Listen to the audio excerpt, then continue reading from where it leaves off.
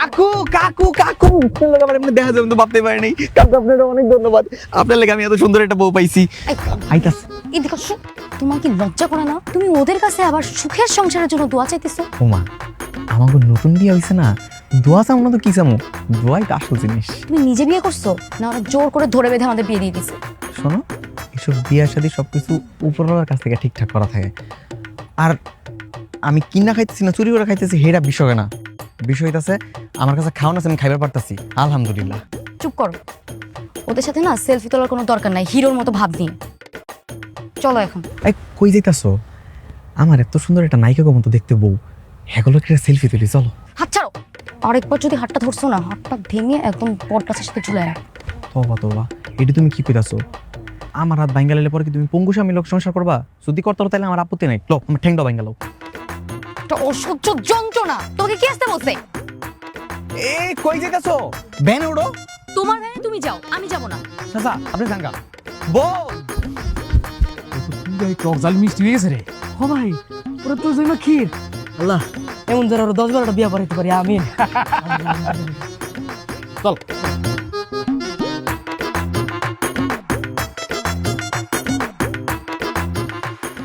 কিরে বান্ধবী, কি খবর তোর? আমি তো ভাবলাম কালকে যা হইছে তুই আর 1 মাস ঘর থেকে বের হবি না। তোর জন্যই না সব হয়েছে। এরকম একটা গাধার মতো ছেলের সঙ্গে আমার বিয়ে হয়ে গেছে। গাধার মতো কথা না তুই বলছিস, যা হইছে খারাপ কি হইছে, তাছাড়া বান্ধব হয়তো ভালো ছিল। তাই না? তোর কাছে না দুনিয়ার সব ছেলেরাই ভালো লাগে, বুঝছিস? নিজে একটা বিয়ে করছিস গাধাকে, আর আমার গলায় ঝুলাই দিছিস আরেক গাধাকে। এই আমার স্বামী কিনে না একটা ফালতু কথা বলবি না। কিছু তো বুঝলাম, ওর বাসায় সবাই কি মাইনা নিছে? শ্বশুর মাইনা লইছে, খালি শাশুড়ি আর বউটা মানা নাই, কিন্তু সমস্যা নাই, আমি মানালুম। হ্যাঁ যেমনি পারস, শাশুড়ি আর শ্বশুরে মানে না কোন ঝগড়টে একটা। কি? আমার সবকিছু শেষ করে এখন আমার ঝগড়াটা বলা হইতেছে আমাকে? তোরে তো আমি এই ছাড়।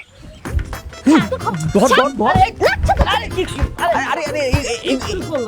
আরে এগুলো তুমি কি করছো?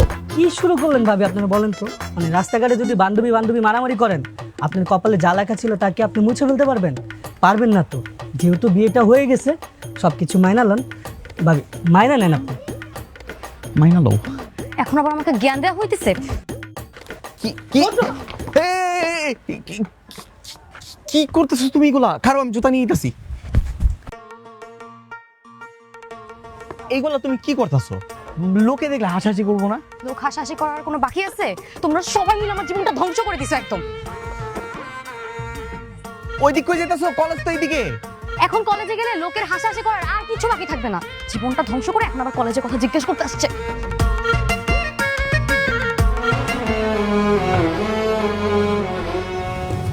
মা লো।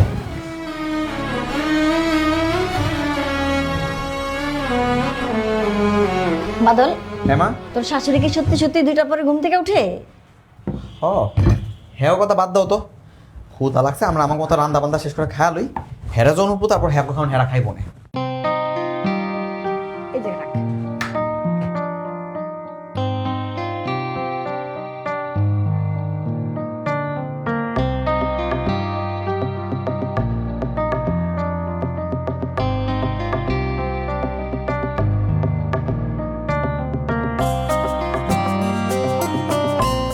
আরে বাবা রে বাবা, আমার বউরে তো অনেক সুন্দর লাগতেছে, কিন্তু এত সকাল সকাল তুমি কেমনে ঘুমিয়ে উঠলা? উঠলাম। তোমরা কি করো?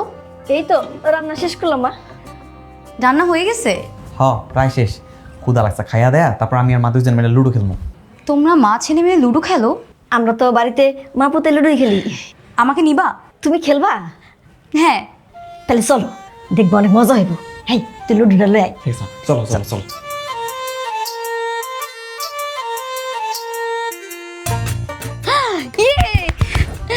এই আমি মানি না, মা এটা চিটিং করছে, এটা মানি না আমি। না চিটিং করে না, আমি দেখছি উঠছে। বোমা আবার চল দাও। মা তুমি কিন্তু দুর্নীতি করতে চলো মিলা। আমি দুর্নীতি করুম কেন? কোনো দুর্নীতি হয় নাই, যা হয়েছে তাই হইতেছে। মা দেখছো দেখছো দেখছো কেমন চিটিং করতেছে? ওর উঠছে দুই দিব, 6 দিতেছে। বাচ্চা তোরা কি একটু ঘুমাইতেও দিবি না?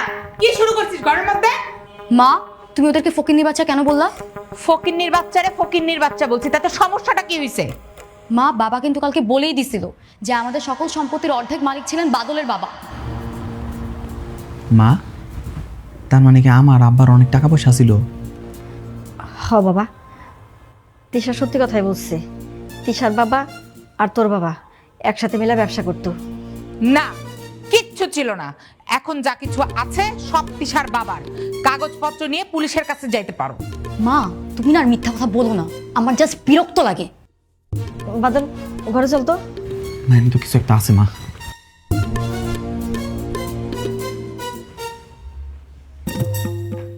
তুই আর তোর বাপ অতিরিক্ত বাড়াবাড়ি করতেছিস কিন্তু, বুঝতে পারছস?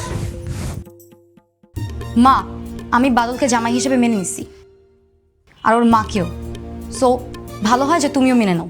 ফাজিল কোথাকার।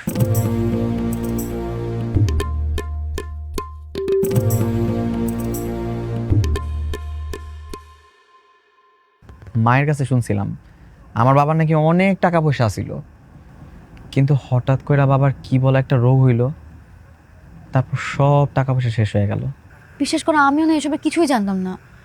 যদি আমি বাবাকে বলছি যে তোমাদের সকল সম্পত্তির যে ন্যায্য ভাগটা তুমি পাও সেটা যেন বাবা তোমাদের দিয়ে দেয়। দেখছো নিয়তির কি খেলা। আজকে এতগুলা বছর পরে তোমার পরিবার আর আমার পরিবার সামনাসামনি দাঁড়াইলো, অথচ সেটা কিনা তোমার আর আমার উচিলায়। এই দুইটা পরিবার যদি এত বছর পরে এক না হইতো, তাহলে এত শত গল্প কিছুই জানা হইতো না। আর এত তো গল্পের ভিতরেও একটা গল্প রয়ে গেল। তোমার ভালোবাসা মায়ায় বইরা গেছি আমি, যে মায়ার কাছে এইসব অর্থ সম্পত্তির কোনো দাম নাই, সব কিছুই মূল্যহীন। তাই বলে তুমি তোমার সম্পত্তির ভাগ নিবা না? অবশ্যই নিবা। মা সবসময় তোমাদেরকে ছোট লোক বলে, অথচ তারাই তোমাদেরকে ছোট লোক বানায় রাখছে।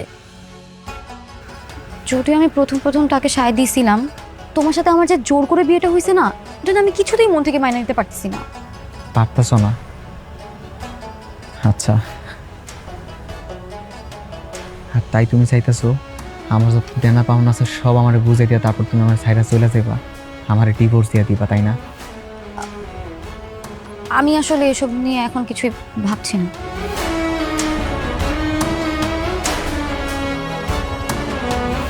ঠিক আছে, অনেক রাত হয়ে গেছে, চলো নিচে যাই।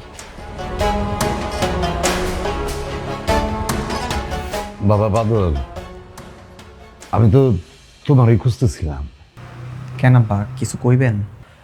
আসলে তোমার বাপর সম্পত্তি দখল করে আমি তোমার জীবনটাই একদম এলোমেলো করে দিচ্ছি। আমি জানি আমি আমি ক্ষমার অযোগ্য অপরাধ করছি। সিসি, আপনি বলে কি কইতেছেন আব্বা? আমার তো বাবা নাই, আপনার এই বাবা বইলা ডাকি। আমার ভাগ্যে যা লিখেছিল তা তো আমার লাগে হয়েই গেছে। আমার এইগুলো নিয়ে কোনো অভিযোগ অভিমান কিচ্ছু নাই। অভিযোগ অভিমান কিছুই না থাকুক, অন্যায় তো অন্যায়, আর সেই অন্যায়টা আমি করে ফেলেছি। স্থাবর অস্থাবর যাবতীয় সকল সম্পত্তি আমি তোমাদের দুজনের নামে লিখে দিচ্ছি। বাবা, হ্যাঁ রে মা, তোর আম্মারে তো বিশ্বাস নাই, সে যে কোনো সময় ওর একটা ক্ষতি করার চেষ্টা করতে পারে। আমি তার সেই সুযোগটা দিতে চাই না। মা জানতে পারলে কি যে করবে। কিছুই করবে না। শাশুড়ি আমার কেমনে ঠিক করণ লাগবো সেটা আমার হাতে ছেড়ে দাও, আমিই দেখতাছি।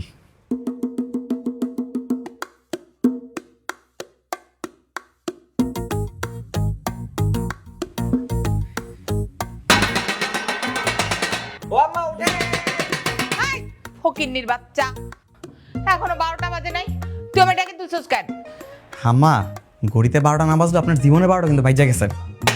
আই, আমার জীবনে 12টা বাজছে মানে কি? মানুইতেছে আম্মা, এখন তো আমি আর ছোট লোক নাই, ফকিনের বাচ্চাও নাই, আমি তখন বড় লোক হয়ে গেছি। শ্বশুর আব্বা আমাকে দুজনের নামে তার সব সম্পত্তি লিখা দিছে।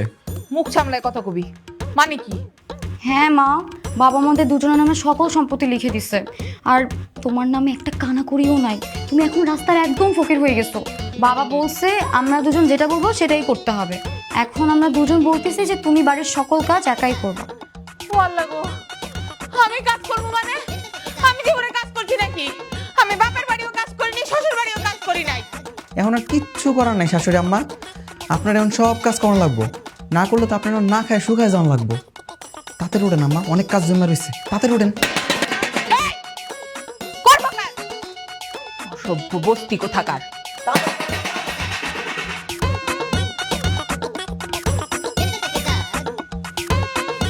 জীবনটাই শেষ আমার ঝাড়ু দিয়া খাওয়া লাগতেছে।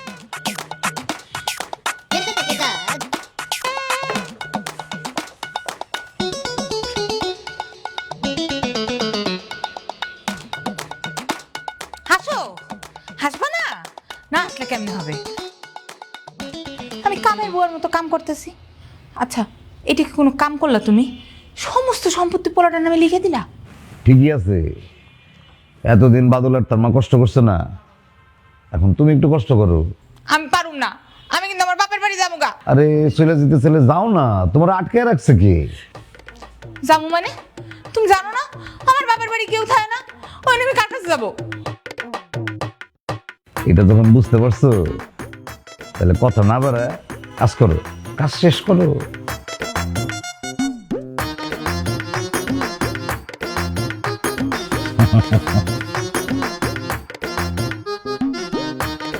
আরে বিয়ান সাহেব, এগুলো কি করতেছেন? এই ঝাড়ু মোছার কাজ কি আপনার মানায় নাকি? কিন্তু বাদল যে কইছে কাম না করলে বাইর করে দিব, খাওন দিব না। না না, কেউ বাইর করবো না, আপনার বাড়িতে আপনি থাকবেন। এখন থেকে আমরা সবাই মিলেমিশে একসাথে থাকবো। আপনি শুধু ওকে লেগে দোয়া করেন।